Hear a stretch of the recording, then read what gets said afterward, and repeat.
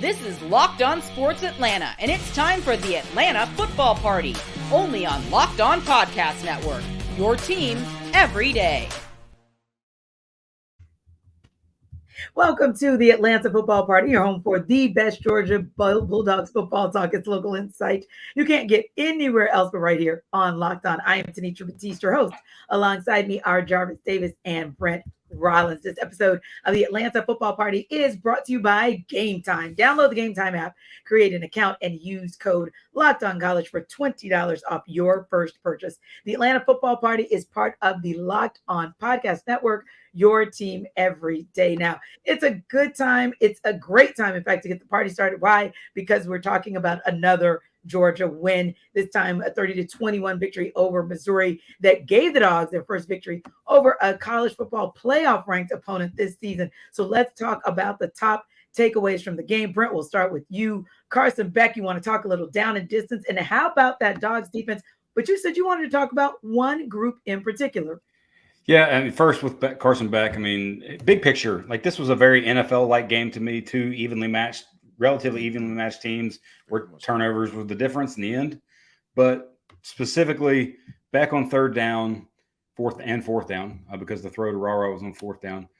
8 of 12, 77 yards, 2 touchdowns, just 2 scrambles for first downs. Money on the money down, way better than what Mizzou got from Brady Cook.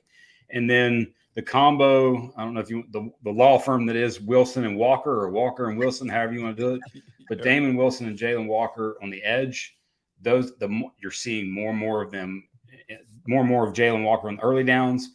You're seeing Wilson consistently playing more, and those guys just flat win on the edge. And the speed and relentlessness with which they rushed the passer was very much stood out this past weekend. Nice. Now, and what about you, Jarvis? You said you wanted to give the kicker some love. Yeah, like here's the thing. I really feel like just watching the game and going through the game and everything like that, I just got some Rodrigo Blankenship type vibes when I'm talking about Peyton Woodring, because like you got to think about how big those kicks were, and then he had the 48-yard field goal in the fourth quarter just to seal it.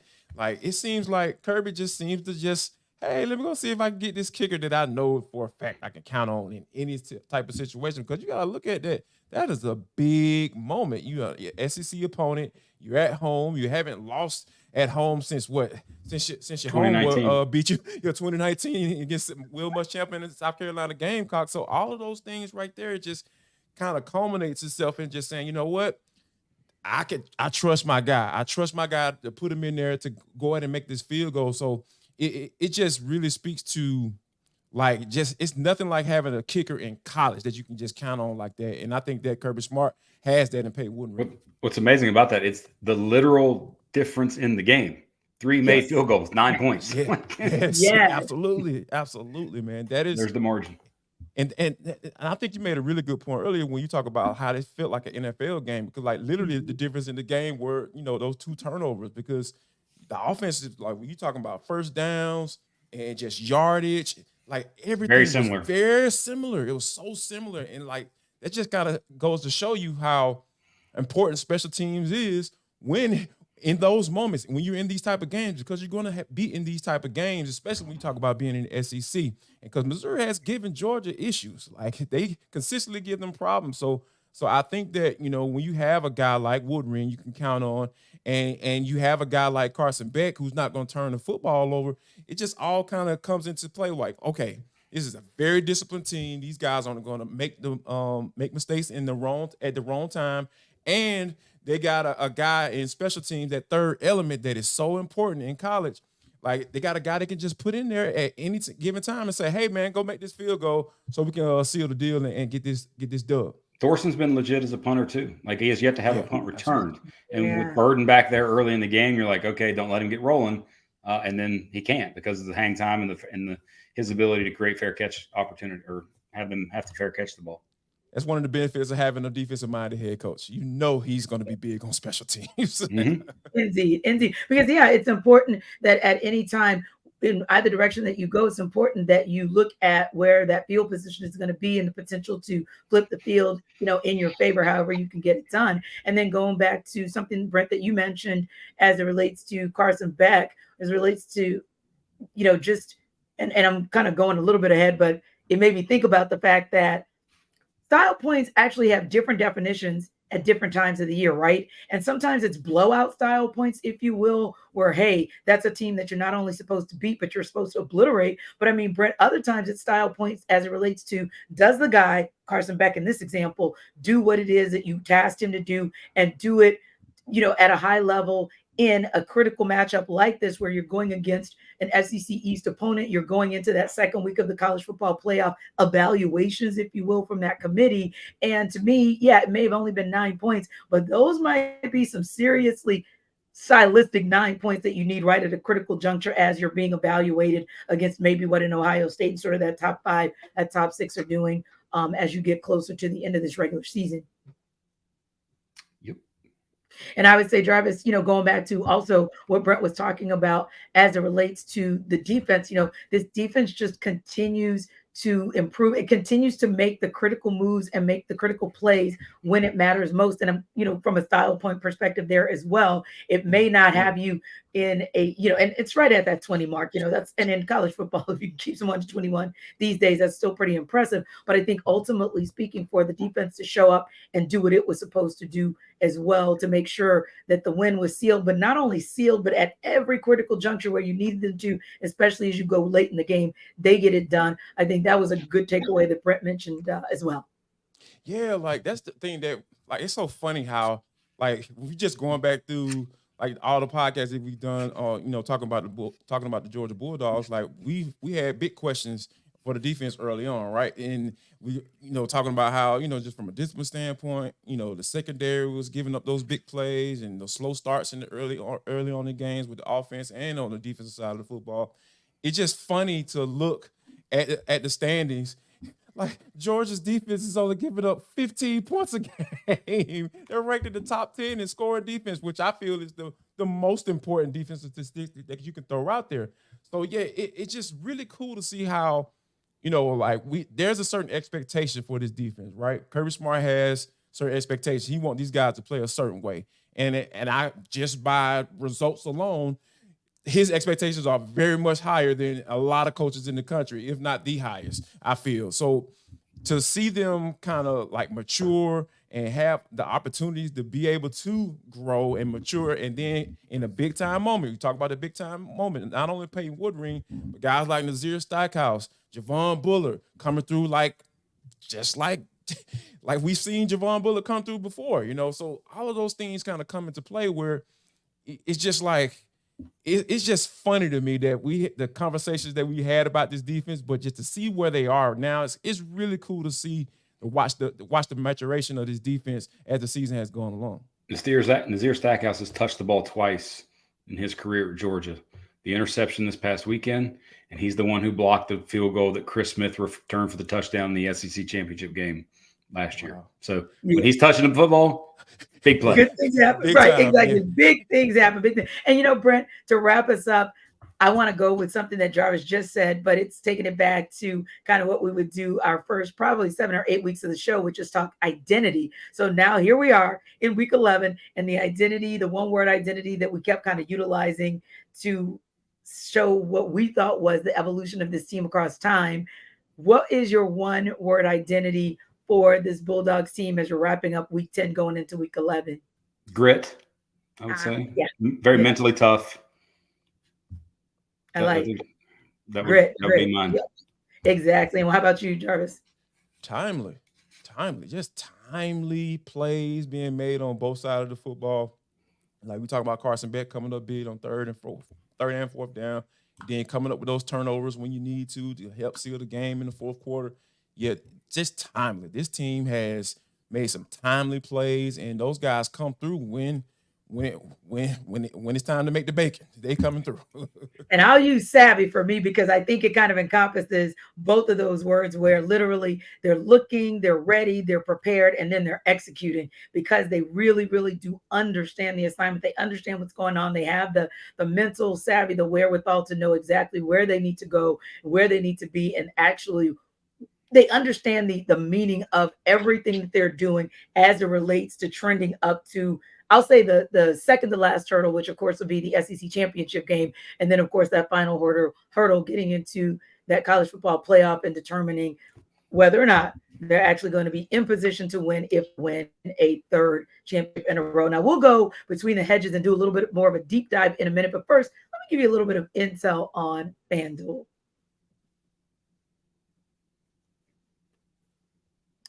So guys, if you're like me, you really, really are looking around and saying, hey, it's about that time. Like, I can't believe it's November 7th and we're about 6 weeks away from Christmas and the holidays are upon us. Why is that important? Because you probably could use a little extra scratch right now. That is where FanDuel comes in. Score early this NFL season with FanDuel because it's America's #1 sportsbook. Now, right now, new customers can get $150 in bonus bets with any winning $5 moneyline bet. It's $150 if your team wins. If you've been thinking about joining FanDuel, there's no better time to get in on the action. And if you're like me, you love a user-friendly app, this is it. It's very easy to use, and there's a wide range of betting options, including spreads, player props, over-unders, and more. So don't delay. As soon as you wrap up this NFL football or Atlanta football party, rather, visit FanDuel.com/lockedon and do that not just now, but throughout the NFL season. That's FanDuel.com/lockedon because FanDuel is your official partner of the NFL.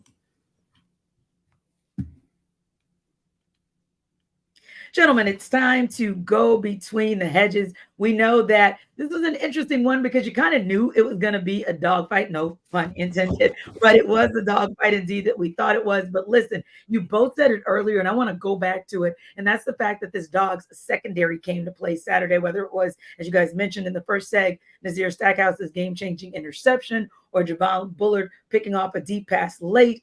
Jarvis, how important was it, especially as we talk about the evolution of this defense and that secondary? How important was it to see this unit truly be difference makers in that game?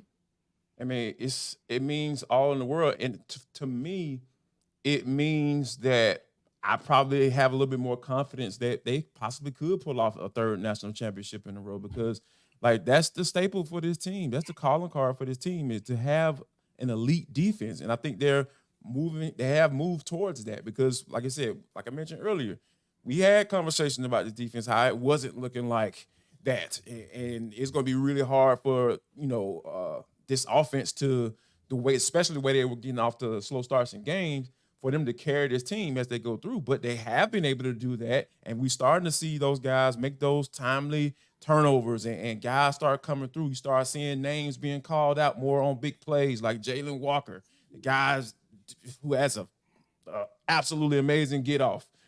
I love talking about that. I know it may sound a little weird, but the man knows how to get home and put the quarterback on the ground. So I think it's huge the way this team has stepped up in this particular game. And I think that this is probably one of those calling card games that we're going to look back and say, you know what? Once they win the SEC championship and they say, you know what? That doggone Missouri game was really the game that solidified this defense as, we're back, and we're not as good as those guys that all went to the NFL, but we doggone are we are close as you could possibly get to probably being, if not right on board with those guys, if not better. Well, the thing about the secondary this year versus previous iterations, it's the strength. The previous 2 years, the strength was more so in the front six, front seven, with especially along the defensive line.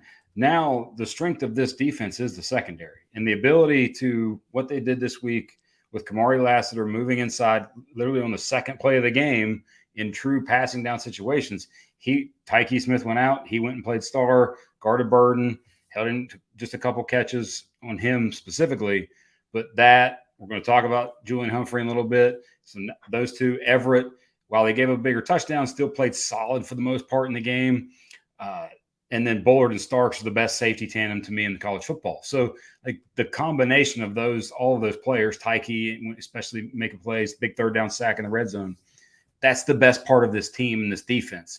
And when you marry great coverage and then you start to get individual winners in the pass rush area, that's sort of the synergistic relationship you want. You can't be getting beat really quickly, but you also have to, you got to cover to give those guys time to get after the quarterback. Yeah. And you're going back to Jalen Walker. I was looking at the film, Brent, in one of your other shows, and it was just showing how he's so speedy, like watching where Cook was and immediately being able to react and chase him down. That's also, you talk about the strength and you talk about the speed. And then in addition to that, talking about Kamari Lassiter and Tyke Smith, Kirby Smart said in his Monday press conference how important it is for these guys to kind of understand the assignment. You may not always get the time that you want. You may not always get as many plays as you want. But if you have the maturity to be able to step back when needed, step up when needed, that's also going to go a long way for this secondary to continue to be an evolving group and also be arguably the best position group that this defense has, if not this team has as well. Now, Brent, you called it, so I'm going to swing back to you on Julian Humphrey. I'm just going to step back and let you rock with Julian Humphrey because, man, talk about a guy that may have had his own little breakout party himself Saturday. Yeah, and he did some TikTok videos, I think, too, to show that out. But if they tweeted about it, didn't happen, right? But in terms of what they needed from him, they needed every single play that he was a part of. Like he played 47 snaps, which is more than he played the entire of last season, more than he played in the previous 3 games. Like he played lights out, two receptions allowed on 6 targets. One to me was still if the call on the field was incomplete, I think it would have standed, but they called it complete. So it standed. I don't really know if he truly was in or out of bounds with control on that catch. I'm with you on that one, yeah. He got a PI penalty that that was one I didn't agree with, but in the game, I think the PI penalties kind of evened out because there was a couple that Georgia got that maybe were a little iffy. So, but it's just big time. Pass breakup on third down that he had. The talent is there. He was a top 20 overall recruit. We know the talent is there. Now you got to see it on the field, and I think he's definitely earned himself at least, if not a starting position, it's hey, we're going to play every other series, or we're going to play a good bit between him and Everett if Tyke's playing in that slot role. But this week the matchup is unique as well, so you might see the 3-corner alignment with Lassiter, Humphrey, and Everett on the field just as much.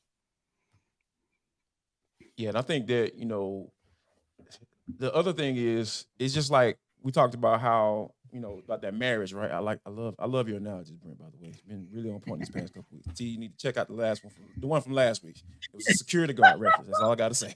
Yeah, I was in Jarvis's wheelhouse with the analogy last week.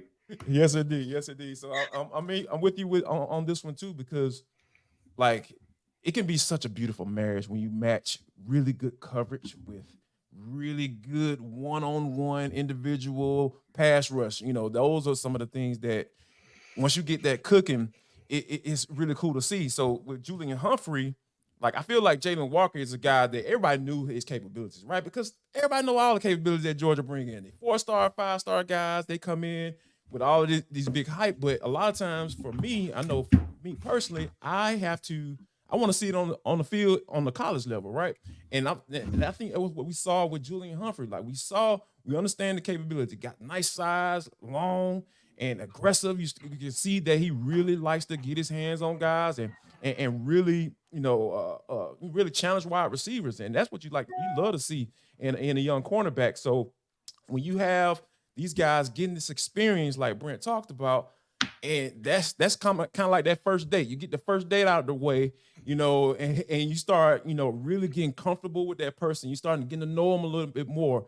And like I feel like the more that Julian Humphrey plays, the more you're gonna see this dude gonna be celebrating the 25-year anniversary and taking his butt on to the NFL. So I think that's kind of where we are when you have a game like Julian Humphrey did, and it is just I love seeing young cats get opportunities and living up to the hype, right? Because we've seen so many guys come in so hyped up, and they just don't live up to the billing. And they might be solid players, but they just don't live up to that hype. And when you see guys like Humphrey and Jalen Walker, those guys started to come in. It's like, okay, yeah, we understand why Kirby was out here pounding that pavement to get these guys in here.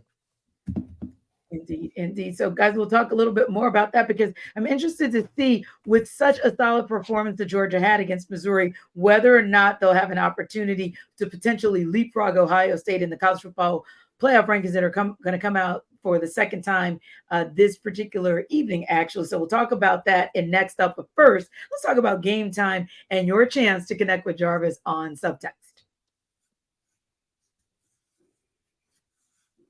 Folks, I want to tell you all about Game Time because it is an app that you need to go to. You know why? Because this is something that if you're a last minute person, I know I can be last minute from time to time. So I like to go out and go. You want to take your wife out somewhere? I'm talking about get these last minute tickets. Flash deals, zone deals. Game Time has all of that. They're easy to find and buy tickets for every kind of event in your area. I'm talking about from concerts to comedy shows, theater events, everything. They got all of that right there waiting just for you. You can even see the view from your seat before you buy, so you know exactly what to expect when you arrive. All in prices show your total up front. None of all those extra fees and all that stuff. Oh, yeah, the ticket, $20. With all the fees, it's going to be $75. No, none of that. Game Time is totally upfront, and they're going to let you know exactly what the price is, and you can buy tickets in seconds with just 2 taps. So here's what I want you to do. Take out the guesswork, guys, with buying tickets with Game Time. And all you got to do is download the app, create an account, use the code LOCKEDONCollege for $20 off your first purchase. Yes, $20 off your first purchase is what you're going to do. All you got to do is download the Game Time app, create an account, and use code LOCKEDONCollege. Again, Locked On College, LOCKEDONCOLLEGE for $20 off. Download Game Time today. Last minute tickets, lowest price, guaranteed.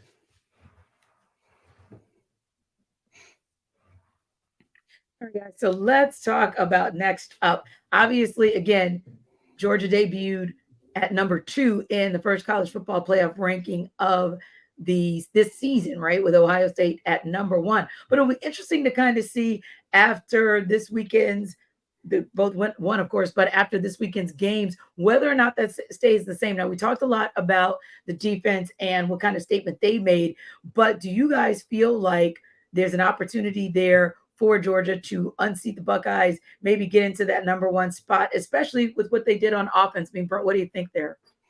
I really don't care. I so love when Brent goes deadpan. He's like, because I can give 0. You know what? Yes. It has no bearing on anything until after game 13. Like it's one where you have to take care of your business independent of anything like that. Now, if you're Missouri and you just won, or you're somebody who hasn't been ranked that high ever or in a long time, celebrate it. Go for it. Like when the very first college football rankings came out, Mississippi State was number 1 with Dak Prescott. Celebrate that because it's rare and never happened. With Georgia, that's not what they're about. Now, I will say the strength of schedule numbers obviously will creep way up, and more so than what they were previous to the Missouri game. So that will maybe lean to the point where Georgia might be in that 1 spot. But in the end, I don't care. Yeah. And I think, and it's funny because if we can recall, that was kind of that back and forth last year where they should have been ranked and who they would have played in that first game of the college football playoff championship. And like you said, did it really matter? No, because they still walked away with the title. But Jarvis, do you have thoughts, or are you like our guy Brent, like, yeah, whatever? To be honest with you, I really feel like I'm in a space where I'm kind of like with Brent, but for me, like it's a hard sell for Ohio State to be number 1 in my book, because when you're talking about being the number 1 team in the country for the past 2 years, you back-to-back national champions. I know they always say, well, we don't bring in past stuff and all that. Yeah, no, you're human. Like you can't erase what you've seen the past 2 years, right? Like you can't erase what you've seen these past 2 years. So I'm on that standpoint of like, all right, yeah, strength of schedule, yeah, Georgia is scheduled a little weak, but Ohio State's will come down a little bit because of Notre Dame's loss. So right. So it may switch. So as the season goes along, things change. So, and I think that, that's a great point that you made, Brent. So for me, I feel like Georgia should leapfrog them because of what we've been seeing from Carson Beck, who I feel like should be in the conversation for a Heisman. I'm not saying he should be in New York, but he should at least be in a top 10 prospect to be able to, be in that conversation at the end of the season. So when you have things like that, and I'll talk about scoring defense and scoring offense, they're in top 10 in both of those categories. There are only 3 other teams in the country that are sitting right there. So we're talking about some stuff that we're not used to seeing. So yeah, this team is really good, and I know the strength of schedule is an issue for a lot of those folks from the voters go. But look at the totality of the team. Look at how good this team is. Look at what they've been able to do these past few weeks, and look at what they did against a ranked SEC opponent. That has to account for something. So yeah, I think that for me, I feel like Georgia has done enough to be able to leapfrog them. But like at the end of the day, like Brent said, it don't matter to have to look the automatic bid that they get if they win the SEC championship. It's fun to talk about. I mean, like I think after this, if they take care of Ole Miss, like all right, you just had consecutive, in essence, top 12, top 10 potential with wherever Ole Miss sits. There'll be maybe 9 or something like that, 9 or 10. Like those consecutive wins, like yes, you're going to likely be number 1, but you got to take care of business this weekend. Yeah, indeed. And like you said, they're sitting at number 10, and it's much more important. Not that it's not important for Georgia, but they're the ones that are trying to make a statement. Ole Miss is in saying, hey, we should be in a particular conversation as it relates to those top 4 teams for the college football playoff. Now, speaking of that, what made, and again, not minimizing the importance of it for Georgia, but there may be some other underlying storylines that have maybe a little bit more importance, if you will, maybe some subtext, no pun intended again there, but like a potential return of one Amarius Mims and how that might impact how Georgia schemes for and how Georgia approaches this particular game, Jarvis. Those conversations may be the ones that are a little bit more tangential than where you land in your second poll for the college football playoff or where you land in the third poll for the college football playoff come next week. Yeah, it's going to be interesting to see how Kirby Smart handled it. Now, I have all the confidence in the world that he will handle it and it's going to work out perfectly? Yep, I probably do. I do. Because, like coming into the season with Michael Morris and Dylan Fairchild, I wasn't a real big fan of the rotation, but it's been working out perfectly. Those guys are getting good reps and they've been doing solid. They've been playing solid. So I don't think that, Coach Kirby is going to mess with that. As far as trying to move Xavier Truss back into that guard spot, I don't think that's going to happen. He did mention something that I thought was very interesting this week. He said he has been getting reps at left and right tackle. Yeah. So I was just like, okay, you might have spilled the beans a little bit. So Green, you might want to be on point. Well, because, I mean, I do think that, but I also think that's him not wanting to put in a true freshman if Green were to get hurt. Like with Mims coming back, here's the bottom line: is if he's healthy and fully healthy, he plays. Right, no doubt. For sure. But now I think you might still see, if he is playing, some form of rotation where they don't give him a heavy snap load initially, game shape, all that sort of stuff. But you are 1,000% right. They should not touch left guard. That rotation is as good as it gets right now. And I'll give you a number that I was messing around with looking at. There are 412 offensive linemen in the Power 5 that have played at least 200 snaps. There are only 3 that have yet to allow a quarterback pressure. 2 of those are Micah Morris and Dylan Fairchild. Like they have in pass pro, especially, and Morris more so as a run blocker than Fairchild, but in pass pro especially, they are doing a phenomenal job and should not be touched. That rotation is, perfect. That's why I have all the confidence in the world that Kirby's going to figure it out. As long as Mims is healthy, we'll figure it out, big man. Don't get in there and he's going to play. Yeah. Exactly. Right. But I also think something that you guys both mentioned is the fact that Kirby has so many quality pieces that he's been able to utilize throughout the course of the season across that O-line. And that is part and parcel to why you also don't have to rush an Amarius Mims back. That's also why part and parcel why, like Brent said, when you bring him back, if he's 100%, you also don't have to have him in there for 100% of the snaps because, I mean, you have the embarrassment of riches that we always talk about. So I think even having the ability to have this conversation goes back to that particular embarrassment of riches, which is also how a defense like the Bulldogs defense can actually be in a position where, yeah, when a Jamon Dumas Johnson goes down, it can be a tough go, but it's not the end of the world. Like, the Dogs actually do have the ability to account for being able to lose a player like that. But, and when I say that, Brent, I'm not necessarily saying that you're going to match him, like pound for pound in the loss, but just saying that it's a good thing that the Dogs still have the ability to be able to put a quality product on the field in his absence. Yeah, I will say, like, much like we talk about with injuries at any position earlier in the season, it's about more so now the next injury. Like, they're fine with one injury, or not necessarily fine. Like, you got C.J. Allen, who's played a lot as a freshman. Raylan Wilson, who's starting to play more, got a lot of significant snaps against Missouri, with Munden as well. Like, now that's part of your rotation. You get Xavier Sorey back this week, part of the rotation. So from a depth perspective, you're okay at this point. It's now, if there's another one, like, now you're really relying on, and your depth is very minimal. But I do think you're just going to see a lot of C.J. Allen. You're going to see Raylan Wilson in there, some Xavier Sorey as well. They'll mix and match on early downs. I do think obviously Allen and Munden will be the two primary that are there for the majority of the snaps. But it's hard for him with that injury. That it's a tough one. It'd be interesting to see how he can come back, like club it, hard cat, whatever. Who knows? But it'll be interesting to see. But it is a big injury. But yes, they do have pieces to replace them. Now, Jarvis, not that we're saying that they don't have a chance, because, hey, when you suit up, whether it's a Saturday or Sunday, you never ever know until the actual game is played. But one of the things that Lane Kiffin does try to do, and probably will try to do to mix it up and give his Ole Miss team a fighting chance, is tempo. And so how much will that tempo be in the mix for Lane Kiffin? How much do you think he'll kind of use that against the Dogs to get them off their game? You got to think about what Lane Kiffin has been able to accomplish in his career as offensive coordinator.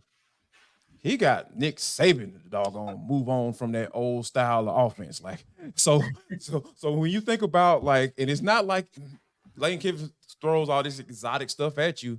He just makes you play sound defense, like with what he throws at you. So I think that when you have a guy like that might be Lane right there, getting ready to score 30 points. So, but I do think, as far as with the tempo goes, with Jackson Dart and experienced quarterback that he has, and what he's been able to do since he's been there at Ole Miss, I think that this is something this is going to be another test for this defense, and I think that this is another game where, hey, you guys are going to have to come prepared and be ready, because Lane Kiffin is going to try to throw everything at you, and I think it's going to come fast, and Georgia's got to be ready to be able to take that on. And Brent, that includes, speaking of whatever he throws at you, Quinshon Judkins. That's one of the top running backs. Some may argue the best running back in the nation. How does this Dogs defense get ready to slow him down, if not shut him down? This is the ultimate discipline game from a defense. Two things. One, discipline because of the way they use misdirection, the way they use the QB run game, like the way they use the read game. Like, there are elements to this where they want to try to make you wrong no matter what choice you make. But the other part is the fact that tackling it's obviously blocking and tackling is such a basic part of this game. Ole Miss is one of the lowest teams in the Power 5 in terms of yards before contact, which is a scheme, but more so O-line metric. They're one of the best teams in the Power 5 and in the nation in yards after contact. And that's because of Judkins and Bentley. Like, those two will break tackles for days on end. And, we saw it last week with Schrader. Cody Schrader balled out and was rarely brought down on first contact. A couple different, where he gets first downs, that sort of thing. This is going to be a very physical game. And I think the biggest thing for Georgia, I think if they prevent any sort of big plays, just jump ball plays to Trey Harris, who's one of the best receivers now in the country, transfer from La Tech. They prevent those, then you prevent the tempo, then you prevent, it's, if you keep them in sort of 3rd and 6 plus, make them a drop back team, I very much like Georgia's defense chances. If they're able to stay on schedule and use tempo, this could be a game that's in the 30s with each team. Indeed. Well, it'll be interesting to see how it goes down between the hedges this weekend. You, of course, know that this show will absolutely positively be watching. So for Brent Rollins, for Jarvis Davis, I am Tenitra Batiste. We appreciate you, as always, stopping by the Atlanta Football Party. It's your home for the best dogs football talk. Be sure to like and subscribe to our YouTube channel. And, of course, come back on Thursday for the Atlanta Sports Party.